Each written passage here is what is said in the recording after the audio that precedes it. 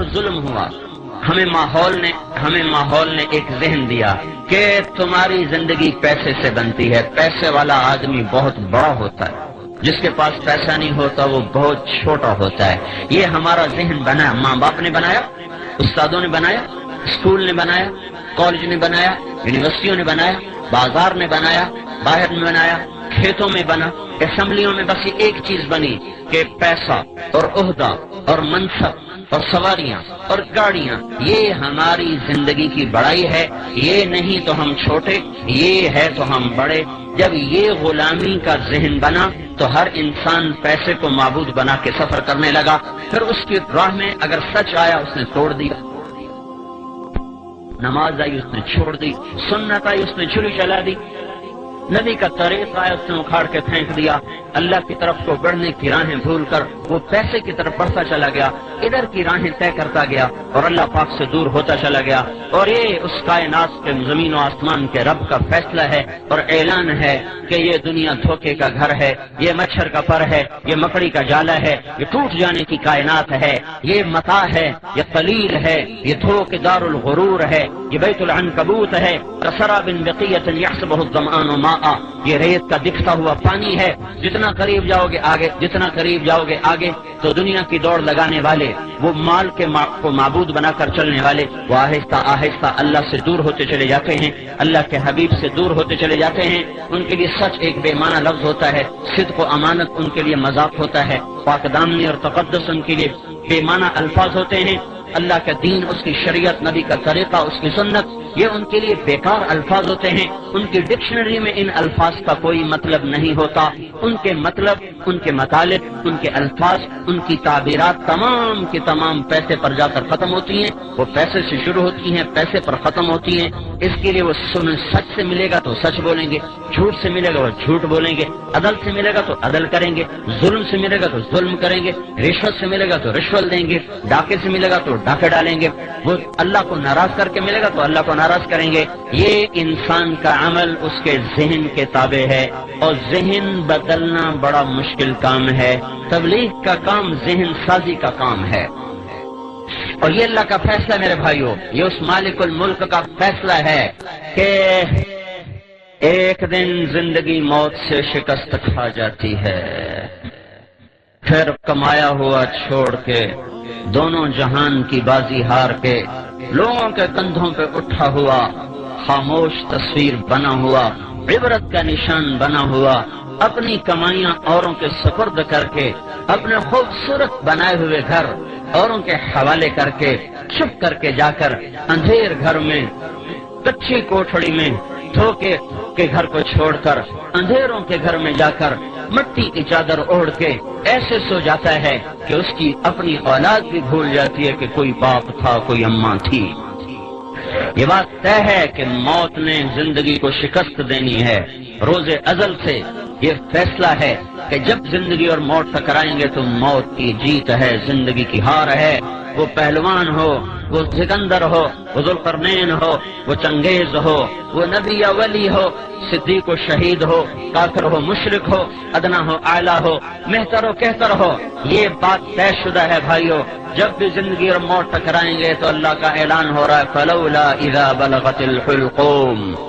آ گئی جان اچھل کے گلے میں، وانتم حینئذ تنظرون، تم بھی تو دیکھ رہے ہو کہ سانس اکھڑ چکا، گلے کا گھنگرو اب بول رہا ہے، تم بھی موجود ہوتے ہو، وَنَحْنُ أَقْرَبُ إِلَيْهِ مِنْكُمْ وَلَكِنْ لَا تُبْصِرُونَ، اور ہم تم سے زیادہ تمہارے آدمی کے قریب ہوتے ہیں پر تمہیں دکھائی نہیں دے رہا۔ فَلَوْلَا إِن كُنْتُمْ غَيْرَ مَدِينِينَ، اب اگر تم کہا کرتے تھے پیسہ ہے تو سب کچھ ہے، پیسہ ہے تو سب کچھ ہے، پیسہ نہیں تو کچھ نہیں، بچاؤ اس کو، میں اس کو لے جا رہا ہوں، بچاؤ، ترجعونها ان کنتم صادقین، لاؤ دنیا کے سیم و زر ڈھیر لگا دو، انبار لگا دو، بچاؤ اس کو، تیرا رب موت کا پنجہ اس پہ گاڑ چکا ہے، لاؤ اسباب زندگی کو اور لاؤ اسباب حیات کو، سارے ٹوٹ جائیں گے اور مکڑی کے جالے کی طرح تار تار ہو کر بکھر جائیں گے، اور موت اپنے بے رحم ہاتھوں کے ساتھ اس کو اس طرح اٹھائے گی، پھر ایسے مٹائے گی کہ یہ حرف غلط کی طرح دنیا کی تاریخ سے مٹتا چلا جائے گا، اور انسانیت بھول جائے گی کبھی کوئی تھا، کبھی کوئی آیا تھا۔ اوروں کی تو کیا بات ہے، اپنی اولادیں بھول جاتی ہیں۔ میرے بھائیو، یہ ہی اس دنیا کا آخری انجام ہے۔ مال کی دوڑ لگانے والے سے دیوانہ دنیا میں کوئی نہیں، زمین آسمان میں اس سے بے وقوف انسان کوئی نہیں، جو پیسے کو منزل بنا کر، دنیا کی عزت کو منزل بنا کر، دنیا کی چیزوں کو منزل بنا کے دوڑ لگا رہا ہو۔ یہ اللہ کا اعلان ہے، اللہ کا فیصلہ ہے، اور پوری دنیا کے انسانوں کے لیے سب سے بڑا حادثہ ان کی موت ہے۔ اللہ کے نبی نے فرمایا، کسی بھی انسان کے لیے اس کی زندگی میں سب سے بڑا حادثہ اس کا مر جانا ہے۔ کون چاہتا ہے میں مر جاؤں؟ ہنستے کھیلتے گھر کو چھوڑ کے جگر ویران کے دیش میں سو جاؤں، گھر کی چار پائیاں میں سریاں چھوڑ کر۔ وہ تو ٹائلیں منگوائیں بڑی خوبصورت، ان کو لگایا بڑے سلیقے اور قرینے سے، بیڈ بنوائے بڑے لاکھوں روپے کے، کمبل اس پر بچھائے اسپین کے، پتہ نہیں امریکہ کے، پتہ نہیں جاپان کے، اور اس میں لائٹوں کا نظام چلایا، گرمی کے لیے ایئر کنڈیشن لگایا، سردی کے لیے ہیٹر لگائے، ایسے خوبصورت گھر بنائے، اور پھر اوروں کے حوالے کر کے خود چپ کر کے حسرت کی تصویر بنا ہوا اس گندے گڑھے میں جا کے گر جاتا ہے جو کچی مٹی کا گھروندا ہے، جو شاہ و گدا کے لیے برابر ہو جاتا ہے۔ وہ کمکمے جو اس کے کمرے میں جلتے تھے، آج جاؤ دیکھو تو صحیح، دیکھو تو صحیح، آج دن میں بھی اندھیرے ہیں، رات میں بھی اندھیرے اور دن میں بھی اندھیرے۔ جسے کوئی لباس پسند نہیں آتا تھا، آج لٹھے کی چادر میں اٹھ کے جا رہا ہے۔ 40-50 سال کی عمر میں اس کو کوئی جوڑا پسند نہیں آتا تھا، آج قیامت تک کے لیے ایک ہی جوڑے میں جا رہا ہے جو سلا ہوا بھی نہیں ہے،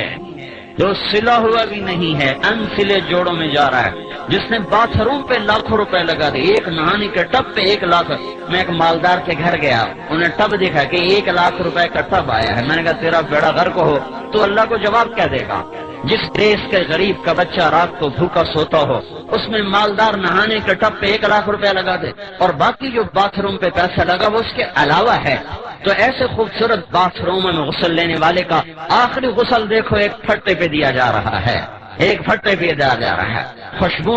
بھرے صابن لگانے والے اور پرفیوم میں ڈوبے ہوں کو 3 دن کے بعد جا کے دیکھو، آج ان کی قبر سے بدبو کے پھبکے اٹھ رہے ہیں، کوئی ان کا پرسان حال باقی نہیں رہا۔ آج اس کے سر پہ سیرا سج رہا ہے، کل اس کے سر پہ کافور لگایا جا رہا ہے، آج اسے شیروانی پہنائی جا رہی ہے، آج کل اسے کفن پہنایا جا رہا ہے، آج اس کی بارات جا رہی ہے اور کل جنازہ جا رہا ہے، آج ڈولی میں بیٹھ رہی کل قبر میں اتر رہی ہے، آج شہنائیوں سے رخصت ہو رہی کل نوحے اور بین سے رخصت کیا جا رہا، آج ناچ گانے سے رخصت ہو جانی کل کو چوڑیاں ٹوٹ رہی، گریبان پھٹ رہے، گلے پھٹ رہے، بال کھل رہے، اور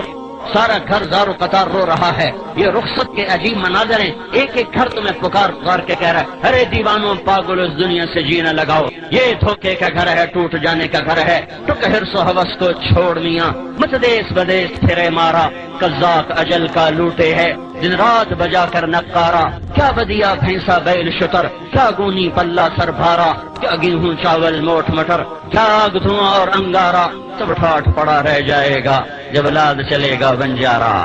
دیکھو تو صحیح اٹھتے ہوئے جنازوں کو، دیکھو تو صحیح جوانوں کو شکست کھاتے ہوئے، دیکھو تو صحیح قبرستان کی ویرانیاں اور تاریکیاں۔ پھر ایک زمانہ آتا ہے، زمانہ بے رحم کروٹ بدلتا ہے اور قبروں کے نشان مٹاتا چلا جاتا ہے۔ سگی اولاد کہتی ہے پتہ نہیں اماں کی قبر کہاں چلی گئی۔ ہاں، بیٹا پوچھتا ہے ابا دادی کی قبر کہاں ہے؟ وہ کہتا ہے یہیں کہیں تھی بچے، پتہ نہیں کہاں گم ہو گئی۔ ہے وہ بھول جاتے ہیں کوئی ان کے لیے ساری ساری رات کو اٹھا کرتی تھی اور ان کے لیے تڑپتی تھی، ان کو سلانے کے لیے خود جاگتی تھی، ان کو کھلانے کے لیے خود فاقے کاٹتی تھی۔ لوگ بھول جاتے ہیں کوئی باپ تھا جو گجروں والے کی گلیوں میں بچوں کو کھلانے کے لیے در در کی ٹھوکریں کھاتا تھا، گرمی کی تند و تیز گرم ہوائیں، خزاں کے بے رحم تھپیڑے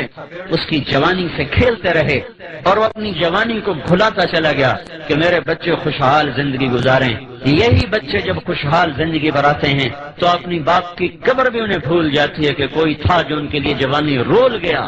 اور رل گیا اور مٹ گیا۔ اس بے رحم اور اس بے وفا دنیا کے لیے اس وفاؤں والے اللہ کو چھوڑ دینا، اس سے بڑی نادانی دنیا میں اور ہے کوئی؟ بھائیو اللہ کو مطلوب بناؤ، اللہ کو مطلوب بناؤ۔